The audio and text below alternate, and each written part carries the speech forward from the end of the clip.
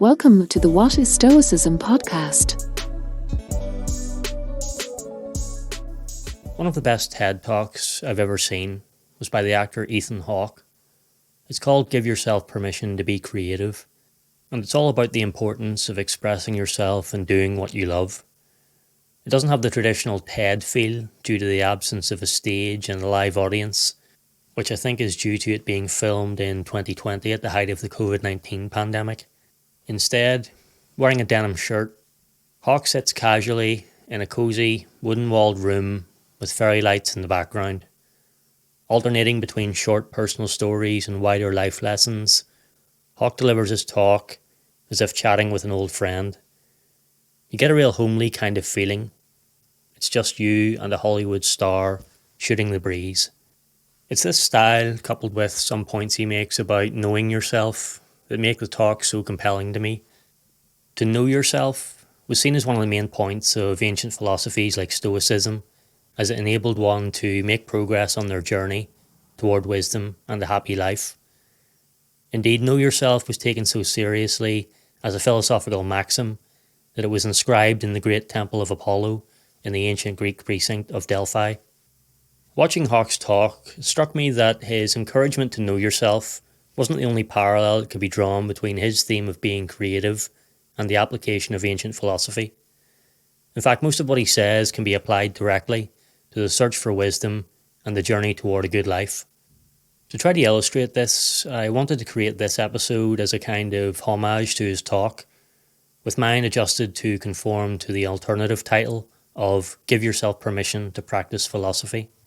Rather than pulling out every relevant quote about creativity verbatim and then translating and relating it to philosophy, I thought I'd try a less mechanical approach by using the original as inspiration, while weaving in some of Hawke's best lines as jumping off points. With that being said, I'll switch gears now and talk a little bit about philosophy. A lot of people really struggle to give themselves permission to practice philosophy. Aside from those who simply haven't had enough exposure to philosophy to be able to appreciate the potential benefits of it as a worthwhile pursuit, there are also those who might view it as a luxury or as the exclusive domain of the intimidatingly intellectual. I use those examples because they reflect how I used to think about philosophy, but there's a story that went some way to changing and opening my mind. I've been a fan of the podcaster Tim Ferriss for a long time now, and at a time I would estimate to be around 10 years ago, I heard him start to talk more and more about Stoic philosophy, particularly the work of Seneca. Having had little previous experience of it as something that can be practiced, I was kind of turned off by the word philosophy, and it wasn't until Tim spoke of the therapeutic benefits of Stoicism that I decided to explore it more and read one of his recommended books on the subject, William B. Irvine's A Guide to the Good Life. Around the same time, Derek Sivers appeared as a guest in 2 episodes on Tim's show and opened my eyes to ways of thinking that I couldn't believe I hadn't come up with myself. I had no prior knowledge of who this guy was, but there was just something about how he spoke that kept me listening. One funny example was his response to a question about who he considers to be successful. Of course, the common conception of success is wealth and fame, but as Derek put it, we can't know who is successful without knowing what their aims are. What if Richard Branson set out to live a quiet life, for instance, but like a compulsive gambler, he just can't stop creating companies? Then that changes everything and we can't call him successful anymore. Other things that struck me about Derek were his resistance to growth-obsessed investors who wanted to put money into his company, his donation of most of the proceeds from the sale of that company to charity, and his hell yeah or no approach to decision-making. Being very used to convention, I was surprised and excited to discover that there were other ways of thinking about the world. Like, wow, it's possible to have a general attitude of looking at the way most people do things and saying, you don't have to do it that way. Importantly for this discussion, however, among Derek's comments, there was also what felt to me like one of those kind of meant-to-be serendipitous moments. Making a point about how much work it takes to get to the real useful, applicable material in modern books, due to how much authors tend to talk around a subject, Derek brought up A Guide to the Good Life, the book I happened to be making my way through at that exact time. Here's what he had to say. Quote, "In that book, Right in the intro, William B. Irvine says, "If you ask a modern person who calls himself a philosopher, what should I do with my life? You better sit down and get comfortable, because they will tell you, well, it depends on what you mean by what, and it depends on what you mean by do, and really it depends on what you mean by life, or really, maybe it depends on what you mean by my life." So people are talking around the issue so much these days, but back in 600 BC, if you would have asked one of these philosophers, what should I do with my life? They would sit down and tell you exactly what to do with your life. Do this, don't do that. Pursue this, don't pursue that. End quote. This confirmed the impression I've been getting from the book myself, that ancient philosophy is a practical thing. Ancient philosophers wanted to learn how to live, and when they absorbed a promising lesson, they applied it. They tried to live that way. Philosophy purists may not think this is an acceptable route into the study and practice of philosophy, but I think that's really the point here. It's open to everyone, and it can benefit everyone. So you have to ask yourself, do you think philosophy matters? Well, most people don't spend a lot of time thinking about philosophy, right? They have a life to live. They're not really that concerned with Marcus Aurelius' journal, or Seneca's letters, or Epictetus' discourses, until their father dies, or they go to a funeral, or they lose a child. You're meandering along relatively content with the everydayness of every day, and then something awful happens that completely disrupts that, and all of a sudden, you're desperate to make sense of this life, and you wonder, has anybody ever felt this bad before? How did they come out of this cloud? Or the opposite, something great happens. You meet somebody and your heart explodes. You love them so much you can't even see straight. You're dizzy and confused and excited. And you're asking, did anybody feel like this before? What is happening to me? And that's when philosophy is not a luxury. It's actually sustenance. We need it. Okay, well, what is it? The word philosophy literally means the love of wisdom. And the ancient philosophers would tell us that the way toward that wisdom is to live according to our nature. And what does that mean? In one sense, it means improving our ability to reason through lifelong learning. In other words, getting better and better at knowing the logic of what is good, what is bad, and what is indifferent in life. When we do this, we get better at prioritizing things that will truly benefit ourselves and others. In another sense, living in accordance with nature means accepting all the worldly events that occur, and in a way cultivating a kind of gratitude for everything that happens, fueled by the belief that it couldn't have happened any other way. When we do this, we prevent ourselves from getting endlessly stuck, trying to change things that can't be changed. Now, most people probably don't think like this. If you think about your own experiences and those of people around you, how often does the philosophy of life come into play? Do most people accept what they can't change? Or do they get angry and frustrated and stuck and wonder where to turn? Do most people routinely see a bigger picture? Or are they restricted to their own narrow perspective? Who do you know that adheres to some kind of code that displays their true character? And who, by contrast, seems to be merely letting themselves drift with every breeze? In a way, philosophy can be what you want it to be. It doesn't need to be abstract to the point of nonsense, as some might suspect. It can be a practical pursuit that you get better at a little at a time. It's both a short-term and long-term project that builds self-esteem and broadens your view of the world. And chances are, it'll give you a heightened appreciation for what's around you. Here's something the Stoic philosopher Seneca wrote to a friend who was struggling with grief. It's kind of a nice feeling to just get lost in these words, but it's even nicer to really go and do what they're suggesting. And that's what practical philosophy is all about. Here's what Seneca wrote, quote, "You will marvel at gathered clouds and falling waters, at slanting strokes of lightning and the crashing din of heaven.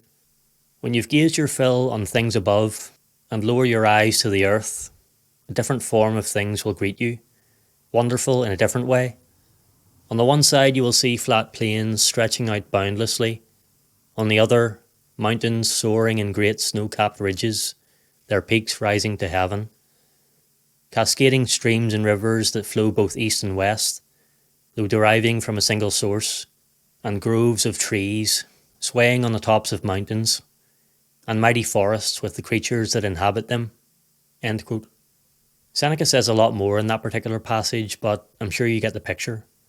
Ancient philosophers like him thought of philosophy as medicine for the soul, but it's not a cure that one can only enjoy after a long course of treatment, he said. Every draught of philosophy is at the same time wholesome and pleasant. Elsewhere he's saying things like, "I place it to the credit of philosophy that I have recovered and regained my strength. I owe my life to philosophy, and that is the least of my obligations." They're pretty strong words, and again we get the sense that this thing might actually be essential. I love to read Kurt Vonnegut's books. They're sharp and funny and poignant and philosophical, and despite describing some of the most desperate circumstances humans can face, they usually retain some kind of optimism and shared humanity. In The Sirens of Titan, Vonnegut has a character called Malachi Constant, who is subjected to all sorts of crazy struggles, like being sent to Mars, getting his memory wiped, and having an antenna implanted into his head to control his behaviour as part of the Martian army. After a series of trials that he can't prevent despite knowing about them in advance, in a broken and dazed state, Constant is still able to come to the conclusion that a purpose of human life, no matter who is controlling it, is to love whoever is around to be loved. And I feel like that's true. We're here to help each other. It's one of our purposes. Think about how many examples there are of people who endure the worst of hardships and then use their experience to help others who might be going through the same thing. That's philosophy. That's wisdom applied to life and directed toward good. "All of us were stuck to the surface of a ball," wrote Vonnegut in another novel, Breakfast of Champions. "The planet was ball-shaped. Nobody knew why we didn't fall off, even though everybody pretended to kind of understand it." I love that line, and how absurdly true is it when you think about it? Here we all are, stuck on a ball together. What each of us is going through each day isn't as unique as we might think. We're all connected. We all have the capacity to help others and tolerate them because we share in the same ups and downs. We make the same mistakes. We want to love and be loved. We want to squeeze as much from this life as we can. Socrates, who is perhaps the best known of any ancient philosopher, in Plato's Apology he says, "God orders me to fulfill the philosopher's mission of searching into myself and others."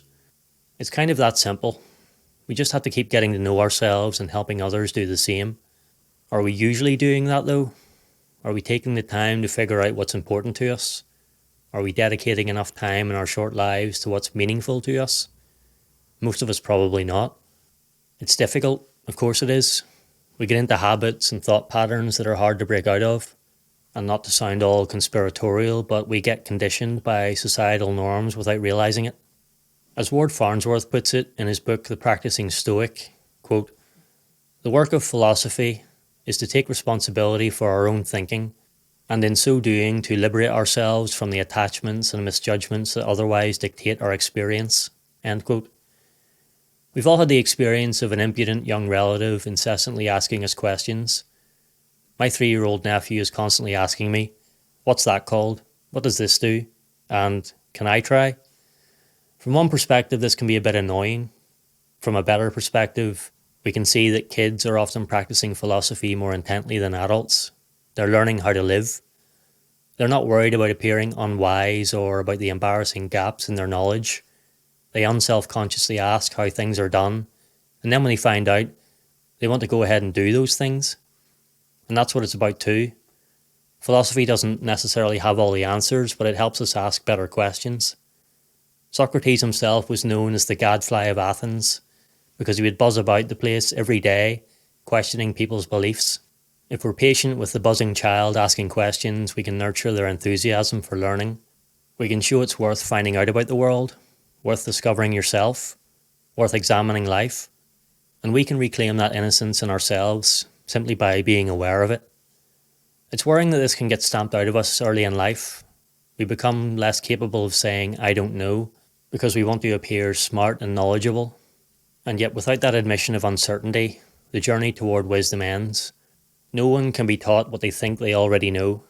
Our formative years are usually considered to cover our early childhood development, but as many who discover philosophy much later in life would testify, practicing it triggers the most personal growth they've experienced since those early years.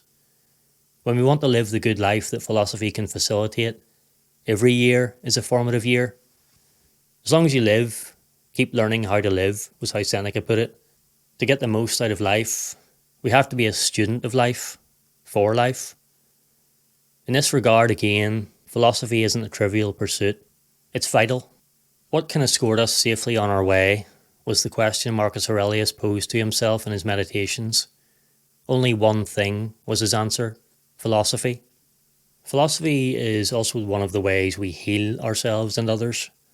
It's the way we ask questions of ourselves and others. It's the way we find out, from the answers to those questions, things about ourselves and others that can aid us all on our forward journey. Philosophy is comforting, but it'll still call you out if you're acting unwisely.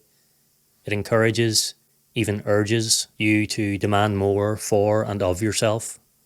But practiced correctly, it never does these things in a way that is self-abusive or makes you feel worthless. So if you want to help your community, if you want to help your family, if you want to help your friends, you have to first help yourself. And to help yourself, you have to know yourself. It's actually super easy. You just have to follow your nature. As we talked about earlier, that means improving your ability to reason by questioning your initial impressions and improving your ability to accept the things that can't be changed so that you can focus on the things that can. As Plutarch put it, when you do this, you can be content in any scenario. Quote, "By the aid of philosophy, you will live not unpleasantly, for you will learn to extract pleasure from all places and things. Wealth will make you happy, because it will enable you to benefit many. And poverty, as you will then have few things to worry about. And glory, as it will make you honoured. And obscurity, for you will then be safe from envy." End quote. The most walked paths are often the most deceptive, but really there is no path, at least not until you walk it. You have to give yourself permission to take responsibility for your own thinking. So examine your impressions, separate what is within your control from what isn't. Be kind, teach others and tolerate them. Develop courage by facing your fears. Find joy in the simple things. Be intentional about showing gratitude. Work on your discipline and self-control. Ask questions. Seek wisdom. Get to the heart of things so you can see reality for what it is. Realize the joy of living fully and immediately. Read, observe, learn, try, apply, do, live. Give yourself permission to practice philosophy.